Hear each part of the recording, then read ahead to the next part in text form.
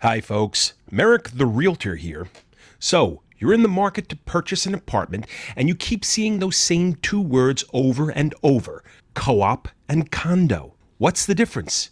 Which one's better? Well, my friends, the difference can be enormous.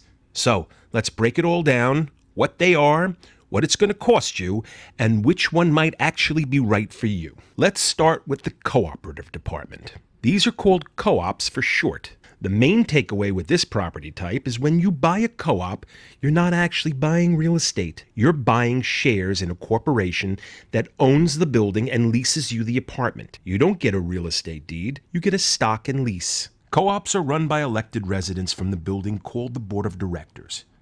The board reviews your finances, they will interview you, and then they can reject your application, sometimes without even telling you why. Now, if that sounds kind of intense, that's because it is. The board has a lot of power, and they can use that power like a double-edged sword. Now let's talk about condominiums. Condos, for short, is more like traditional home ownership. When you buy a condo, you own your own specific apartment outright. You get a deed. It's your property. You also own a share of the building's common areas. For example, the lobby, the gym, the rooftop, and it's all owned jointly by other owners in the building. Yes, there is still a condo association with rules and monthly fees, but the key difference is they really can't stop you from buying. There's usually no board interview, no financial interrogation, and as long as you qualify for a mortgage and you make the deal, that apartment is yours. Okay, now let's talk pros and cons. Co-ops are usually cheaper.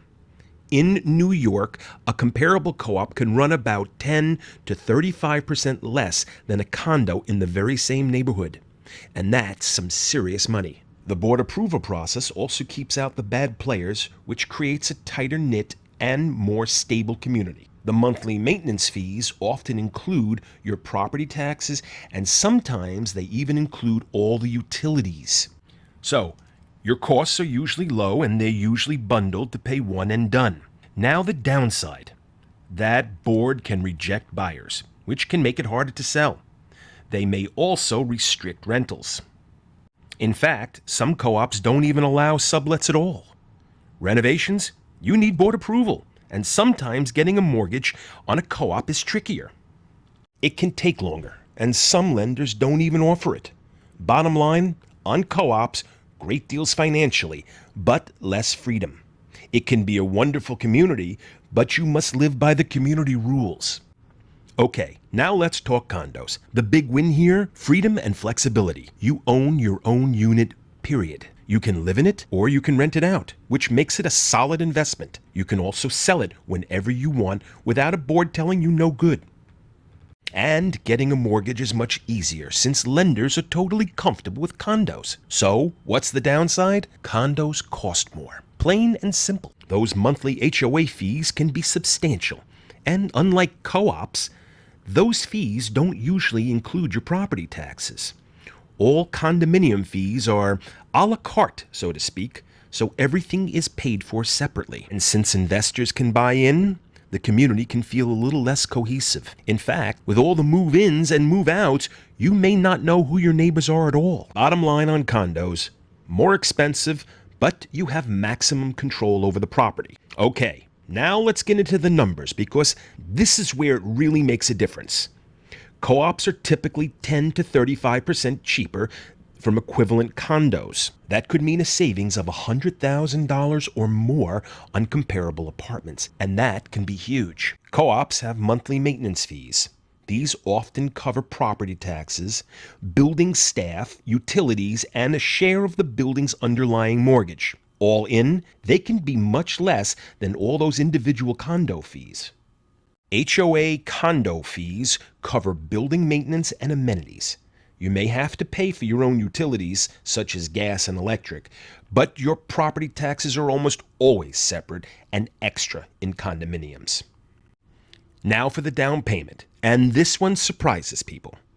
Co-op boards often require 15 to 25% down and sometimes even more. Some luxury co-ops want 50% down. Condos just usually follow the standard mortgage rules. Closing costs. Co-ops win in this category too. Since you are buying shares and not real property, closing costs are usually lower. Condos have higher closing costs because you are dealing with a real estate transaction and title insurance. What about resale value? Condos historically appreciate faster and are usually easier to sell than co-ops. But don't be fooled. Co-ops can appreciate too, and in some markets, they can sell pretty fast. Unfortunately, the board approval requirement can slow things down and scare off your buyers. So here's the big takeaway, folks. If you want lower upfront costs and you're okay with community rules, board approval, and less flexibility, then a cooperative could be your move. You'll pay less to get in, but remember, you're buying into a collective. If you want full ownership, freedom to rent or sell at will, and an easier mortgage process, then go condo. Yes, you'll definitely pay more, but you'll have more control over the process. And honestly, folks, there's no universally right or wrong answer. It really depends upon your upfront finances, your monthly budget, your lifestyle, and how much you value freedom versus saving. Folks, thanks for watching my newest video on co-ops and condos. If you have any questions regarding co-ops or condos, or if you're thinking about purchasing a co-op or a condo, don't go it alone. You're going to need help negotiating a good price, and you're going to need advice on how to deal with those co-op boards. I can do both for you. Call Merrick the Realtor, 914-774-5860. See you in the next video, folks.